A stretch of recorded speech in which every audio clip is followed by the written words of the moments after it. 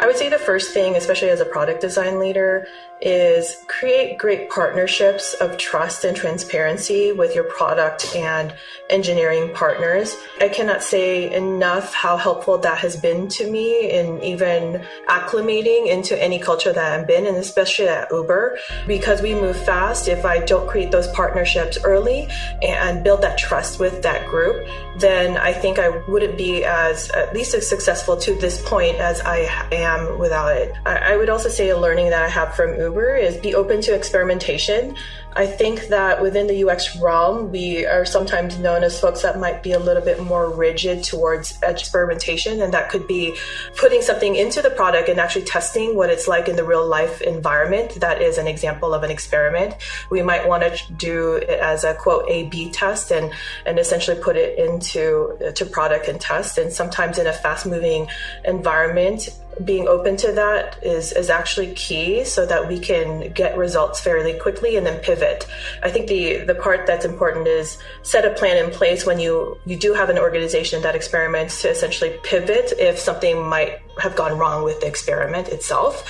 Not having that plan, I think, would be a little bit detrimental to the UX user experience. I was just delighted to catch up with Andrea Baltazar in this latest episode of Digital Workplace Impact.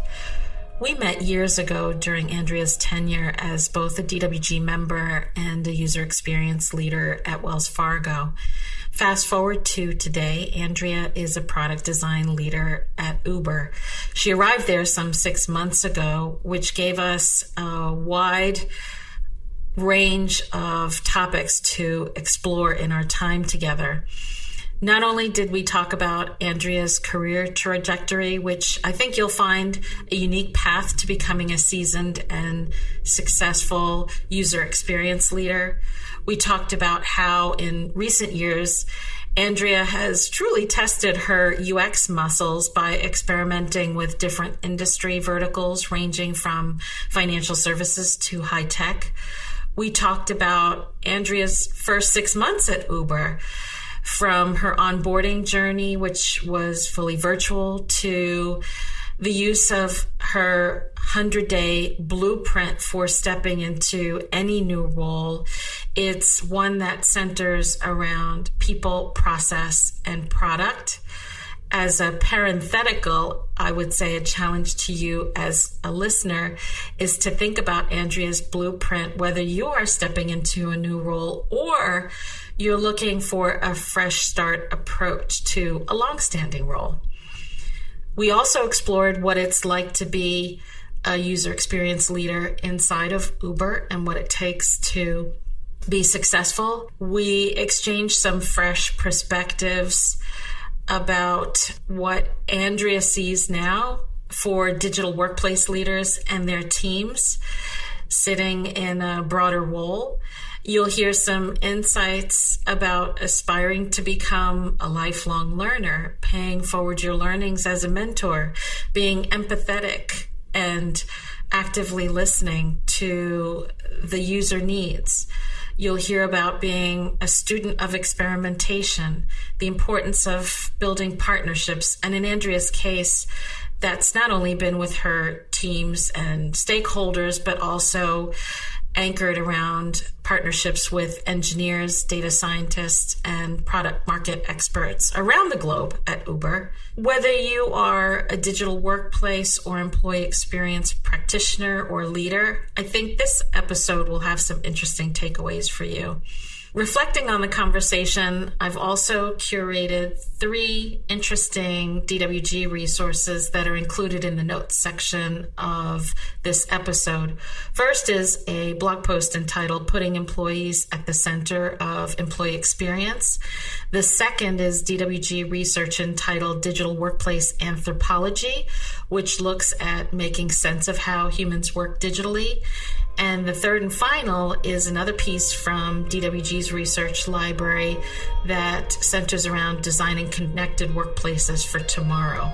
As always, Digital Workplace Impact is brought to you by Digital Workplace Group. Happy listening. So, Andrea, it is just wonderful to have you in the studio today. A good excuse to catch up after a long history together. Of course, I'm excited to learn all about your new role at Uber. At least it's new for us, because it's been a little while since we've connected last. And of course, it'll be great exposure for those who had a chance to connect with you during your days at Wells Fargo and to hear what you're up to anew. So for the benefit of all ears, how did you get started as a user experience leader? And then if you can help us connect it to the work that you're doing at the present day, that would be fantastic. Sure. And Nancy, thanks for having me. It's always a pleasure to chat with you as well. I transitioned to UX from another career about 13 years ago. I entered the field literally by happenstance because someone took a chance on me. I have a non-traditional UX background. I have a history degree and an MBA and learned user experience entirely on the job. I first became a people manager early in my career as a UX professional and had led teams prior to that in my prior career. I knew early on that UX was the career for me. I love taking data, insights, and understanding of user behavior and integrating them into the designs that I created or my team created. And I was really able to just be both analytical and creative. And specifically about being a UX leader, I think anyone can be a leader. You don't have to have a title to lead efforts. And though I knew early on, I received a lot of energy by coaching, mentoring, and helping people with their careers and really helping guide product and design strategy.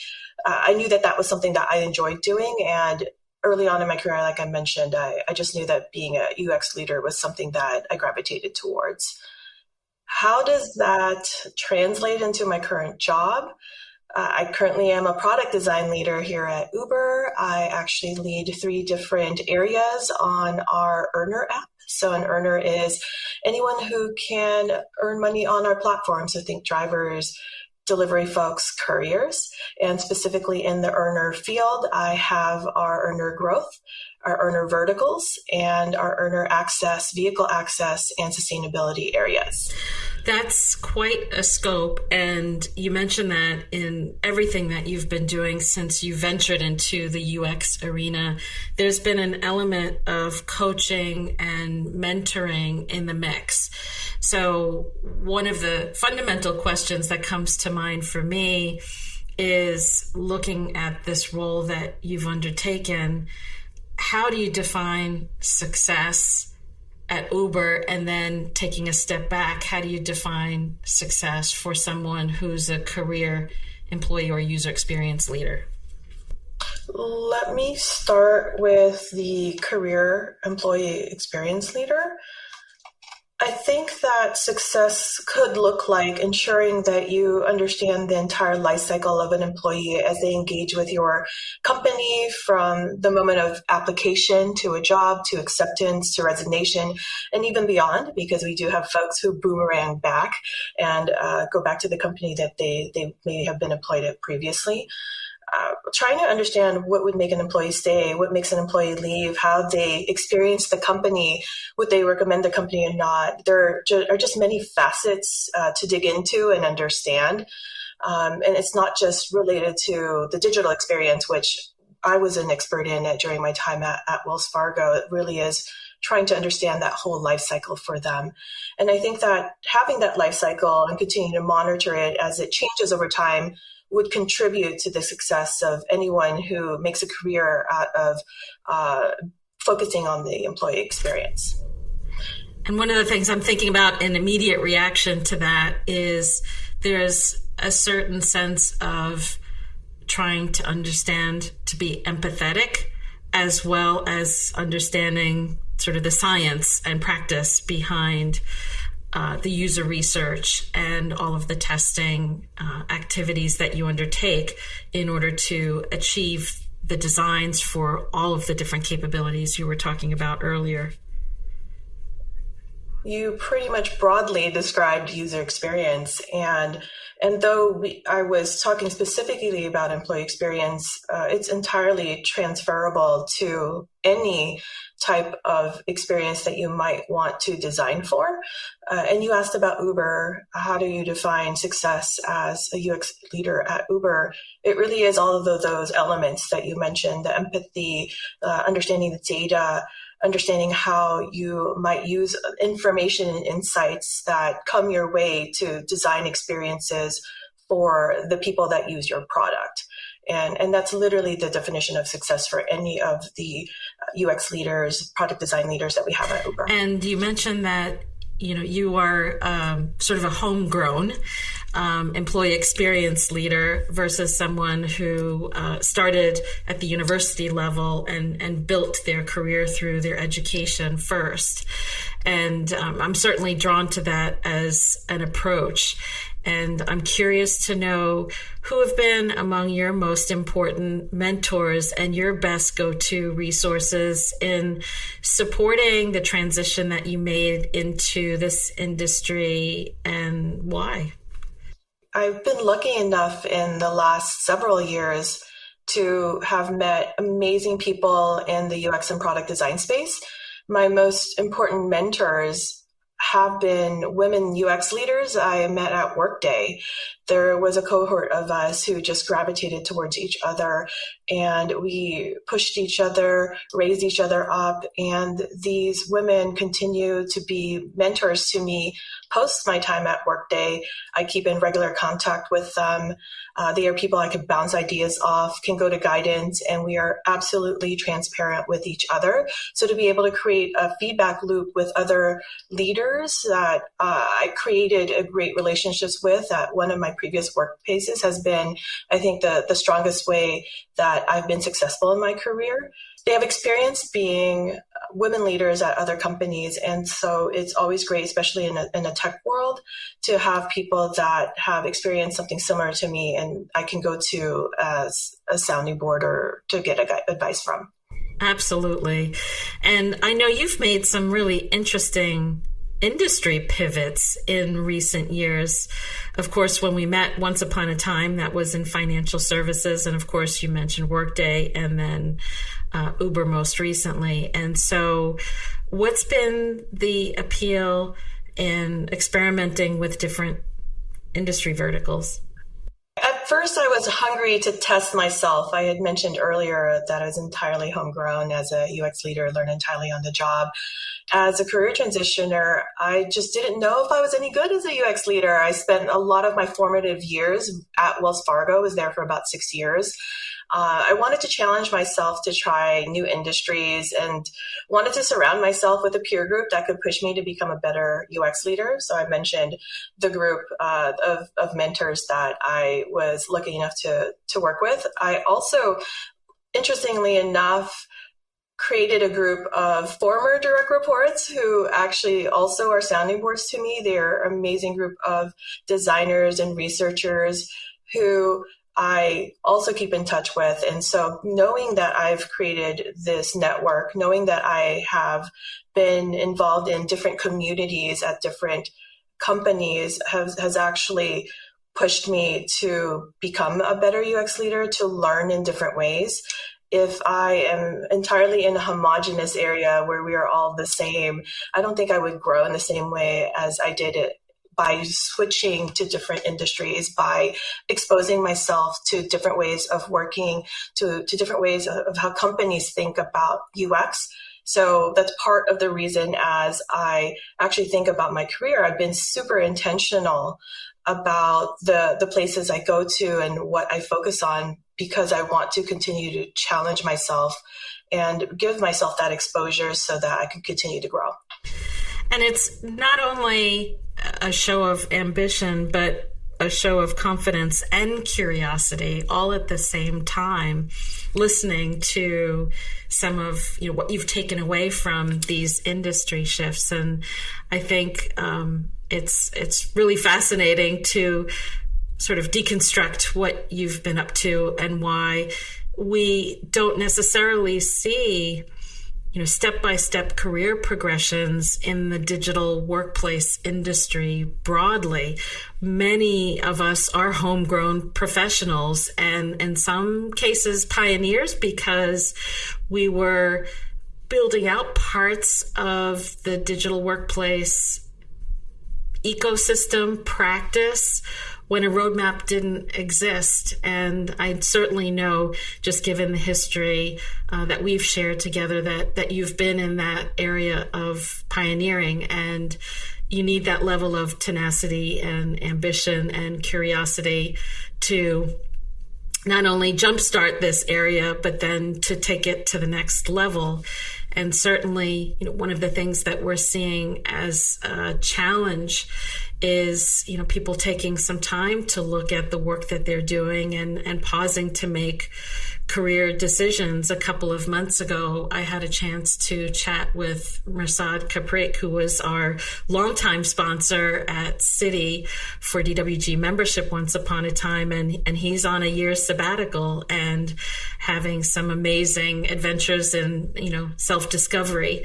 And certainly it sounds like, albeit your path has been a different one, it's been impactful and seemingly rewarding as well along the way.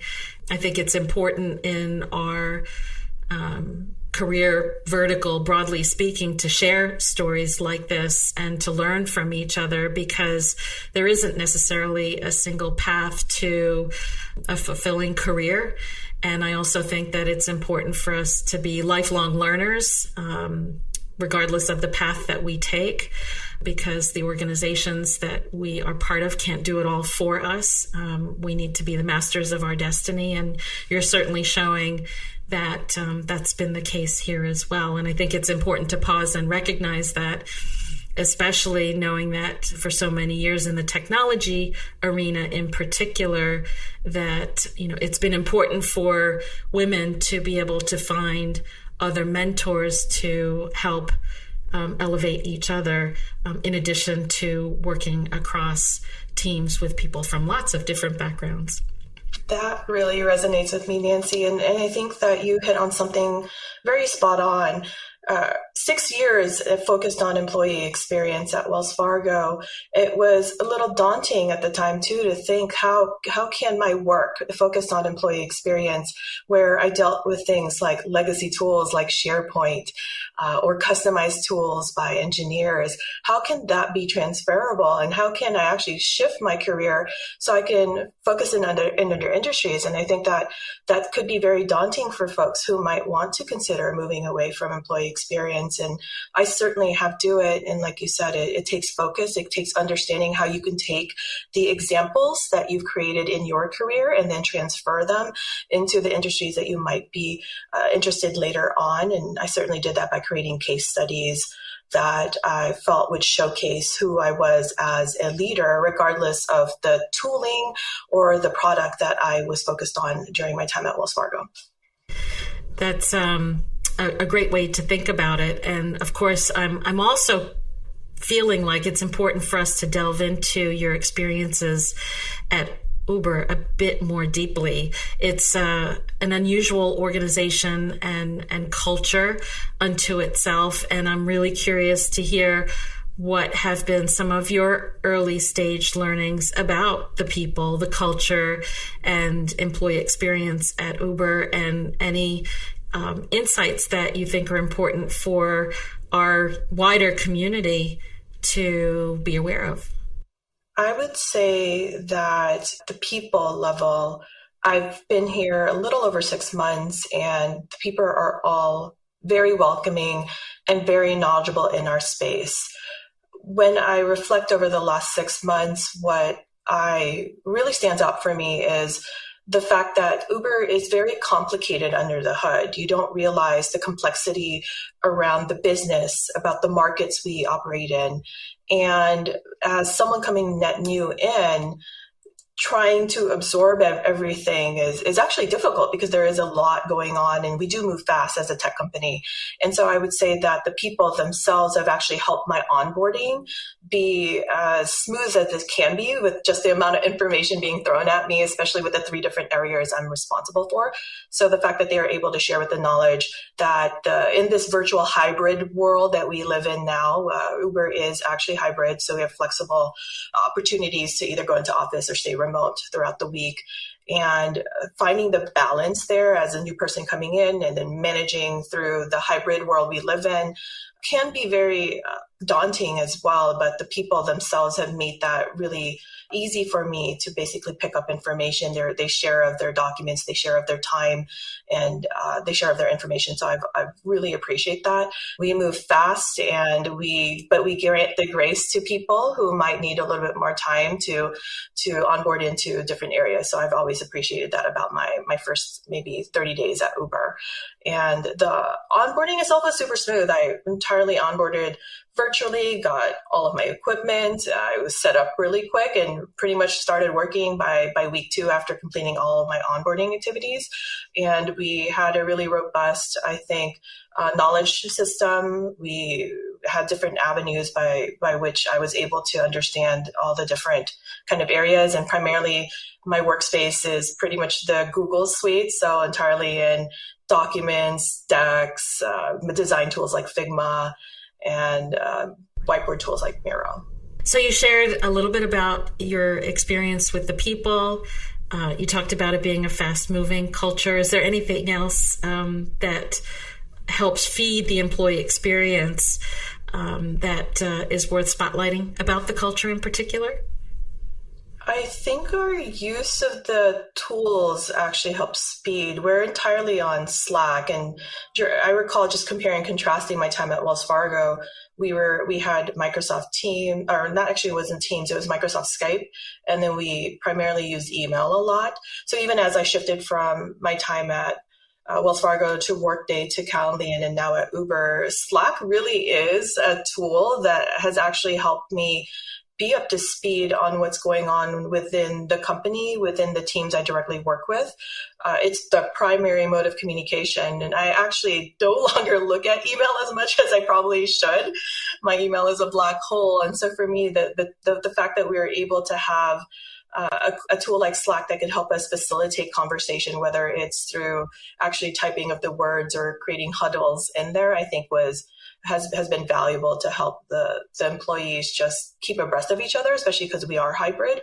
We often have this mix of folks in the office and online or virtual, and trying to balance that. I think we have the tools that we need to help make that work. Not to say that it's perfect, but we do, I think, manage to make it work. And I think teams too have chosen days where we would come in and essentially be magnet days for us. So an example is for the design org, Tuesdays and Thursdays are actually magnet days. They're entirely flexible. If you want to connect with your broader design organization, we have lunches planned, we have events planned. And so the fact that we're able to mix that for our hub areas has actually been welcoming, especially for some of the early in career folks. So might be their first job, or maybe they got a job during the pandemic and this is their first job in person somewhere. I think managing and finding that a way to balance that for early in career folks has been super helpful for them. There are a couple of things to unpack in everything that you've just said. One thought is your comment about email. And one of the things that I'm hearing increasingly is that email is really part of the space where people connect with their partners or external context, just like our exchange preparing for chatting today. Whereas, much of the team collaboration and internal communications is happening on, the likes of a Slack or a Microsoft Teams or on the enterprise social channels as well. So I'm not terribly surprised to hear that shift is happening or has happened in your world. Whereas, for both of us who had financial services roots, email was the center of the world for a long, long, long, long time. Yes, absolutely. And it was crazy to switch to a world where I no longer look at email but now that I'm immersed in I cannot imagine not being able to quickly message someone, but also know that we build boundaries around that too, right? We don't expect someone to respond right away.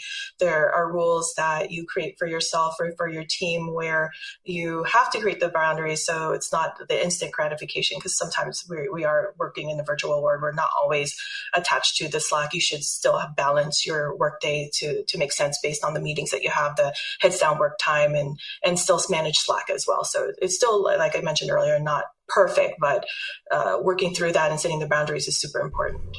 It's certainly one of the outgrowths of the pandemic effect. And, as you were talking about the onboarding process, clearly the balance of virtual activities as well as the opportunity to connect with people is being balanced in different ways now that we've moved into more of an endemic world. And you talked a little bit about your experiences coming online. Maybe we can take a bit more of a step back and bring this to the employee experience arena and talk a little bit about what your first 100 days were like as a leader responsible for product design and UX at Uber. So what did that look like? I actually have a process that I use for myself when I onboard into any company. So I use the same process every time I move to a new company. It's essentially, I separate my first 100 days into people, process, and product. And what that looks like is I have activities that are focused on each of those higher level topics. And so my first 30 days is really focused on getting to know the people. And in those conversations, I focused on getting to know partners, the folks that reported to me, peer groups, and other folks like that, engineering. And I think for me, it's super important in my first 30 days to really get a landscape for the culture, like we talked about earlier, how people interact, any concerns or feedback that I might want to receive from partners that work with the design organization. The next 30 days after that, into the 60-day mark, I actually focus on understanding process a little bit more. And what that looks like is essentially attending different meetings, understanding why the meetings are occurring, and essentially where I need to lean in a little bit more or not. So that also has this aspect of managing my time, because I was invited to a ton of meetings when I first joined.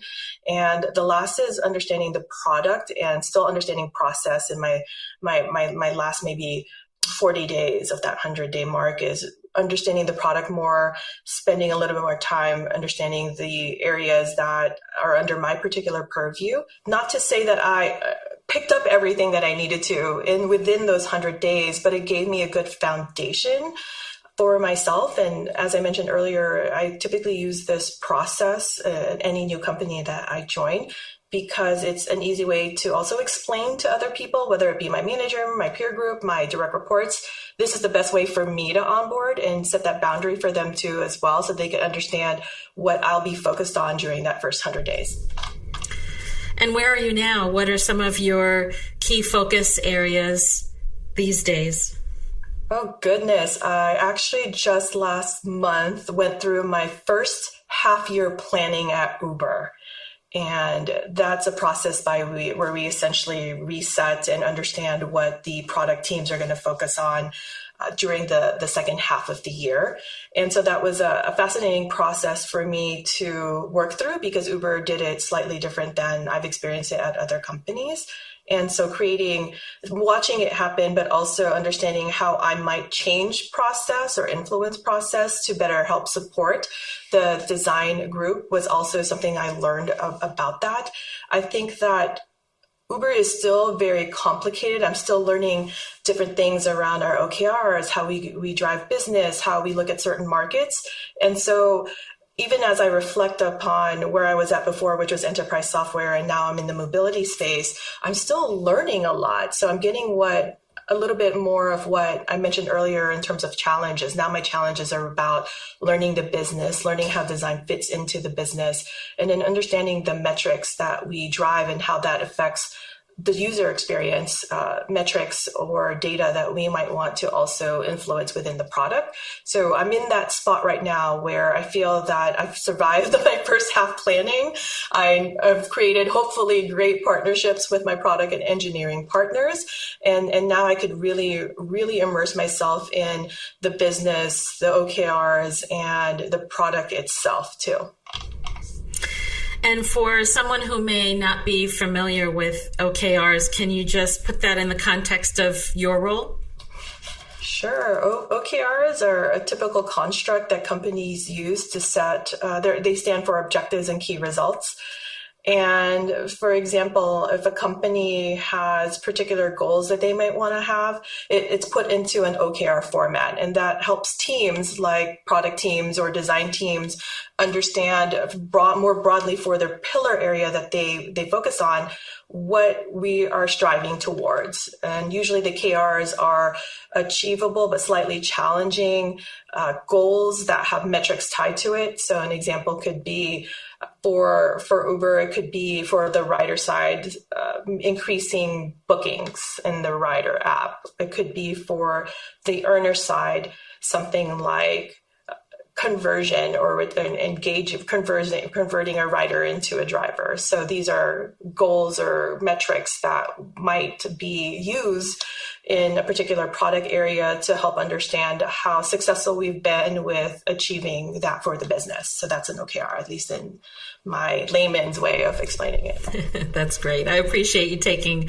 the moment. I'm always conscious that, we all tend to use acronyms of different kinds. And so I think it's important to put those into context. And I think you've done that in a really helpful way. And so just taking us in a slightly different direction, I guess, based on where you are in your tenure at Uber, I'm always keen to draw out what other learnings people can take away from your approach and your colleagues and your collective efforts as we speak. And so what is some of the best advice that you can share based on your vantage view inside of product design and user experience at Uber?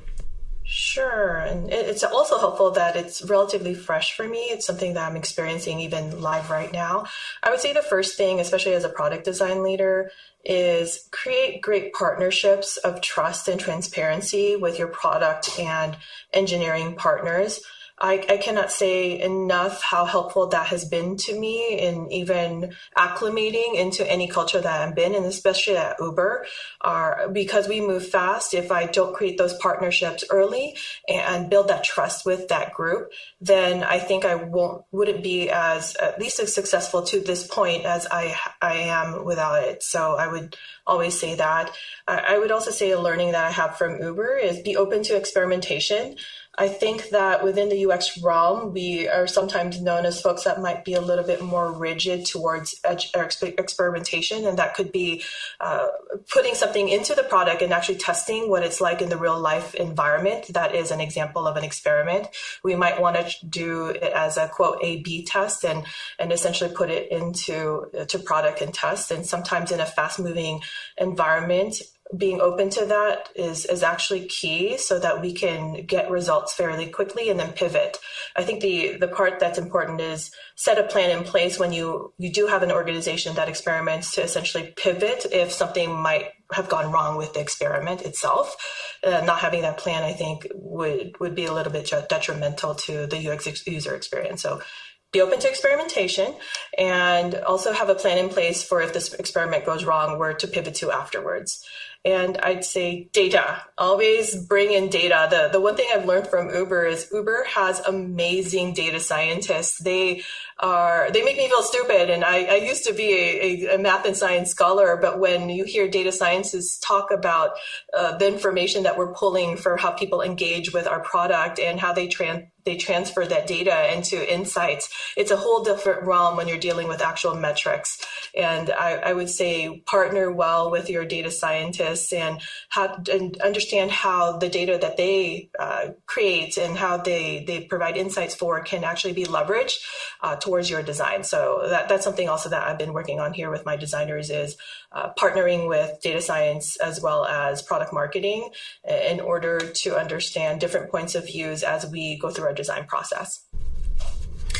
And I'm just curious on a side note, as you're chatting with the data scientists and the product market experts, how much of a role now is the emotional side, the sentiment playing as part of the work that you're doing? And the reason I ask is that we're seeing much more evidence now of empathy playing a role in the wider digital workplace. So if you think about the employee experience as an anchor tenant within the digital workplace, it's important to be able to see how the two connect.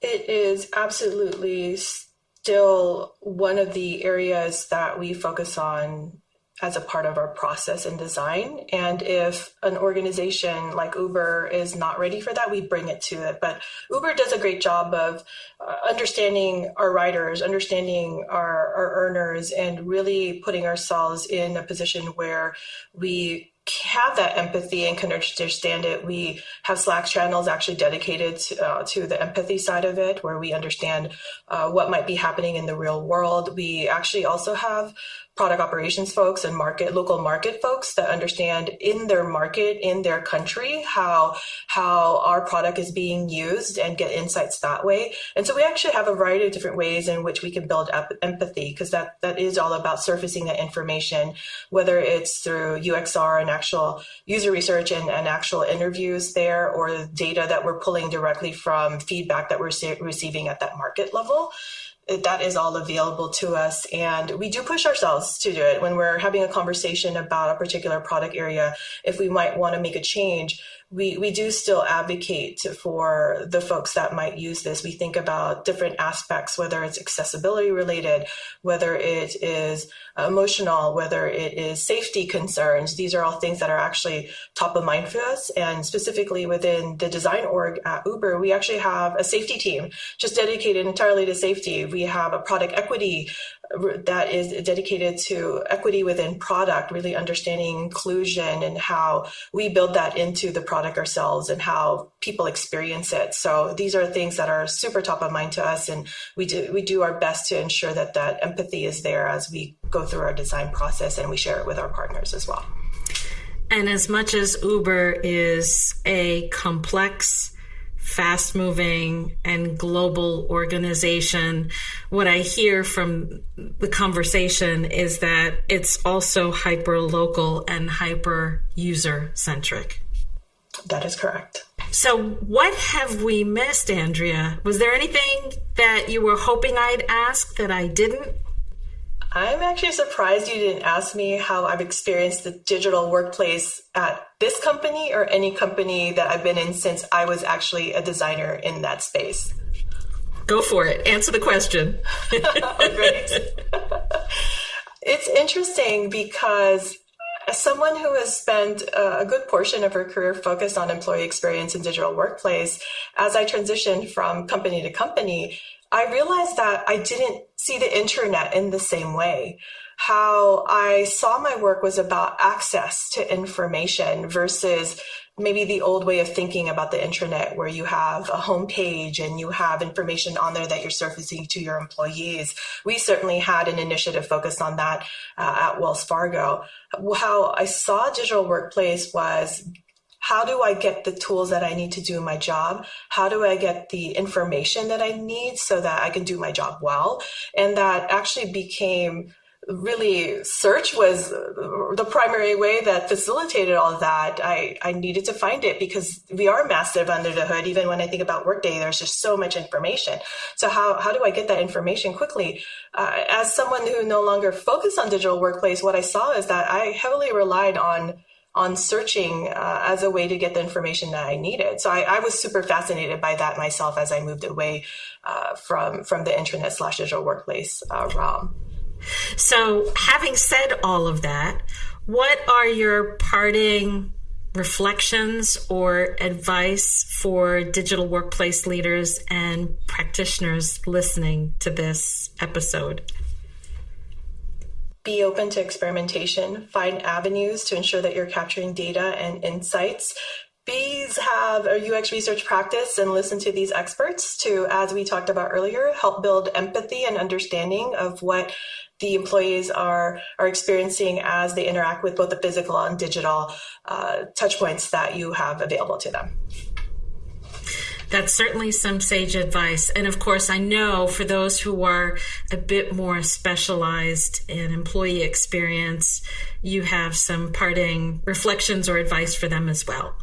I would really echo what I said, really know the employee journeys as they experience it within your company. And building that empathy is super helpful to understanding how your work impacts employees at that deep level. We, as employees, we really experience our workplaces based on the different touch points that we provide to them. And so I think understanding that emotional aspect, it would be super helpful to embolden you to even think with more empathy and bring that into your work, regardless of whether you're in design, you're a product manager, or you're an engineer. I think empathy is super important whenever you're working in the employee experience world. It almost feels like the all roads lead home kind of conversation. And I think that's a great way to put a little bow around this conversation. Last call, have we missed anything, Andrea? I don't think that we have. Thank you, Nancy. This has just been a wonderful conversation. I'm inspired by some of the bold changes you've made in your career since the days we met long ago. I'm inspired by the focus that you've had in the first 100 days, looking at this approach that you've taken around people, process, and product. And I'm sure that's a model for others to follow, whether it's A, stepping into a new role in industry, or B, if you want to take a fresh look and jumpstart what you're doing anew. I think it has applicability there. And of course, to key off on the importance of not only surrounding yourself with the right mentors, but then paying that forward, as you have shown through this conversation and your tenured career. And you've been very generous with your sharing and your insights, and it's just been delightful. So a big thank you, Andrea, for coming into the studio today. Thank you for having me, Nancy, and I always appreciate a chat with you. Digital Workplace Impact is brought to you by the Digital Workplace Group. DWG is a strategic partner covering all aspects of the evolving digital workplace industry and boutique consulting services. For more information, visit digitalworkplacegroup.com.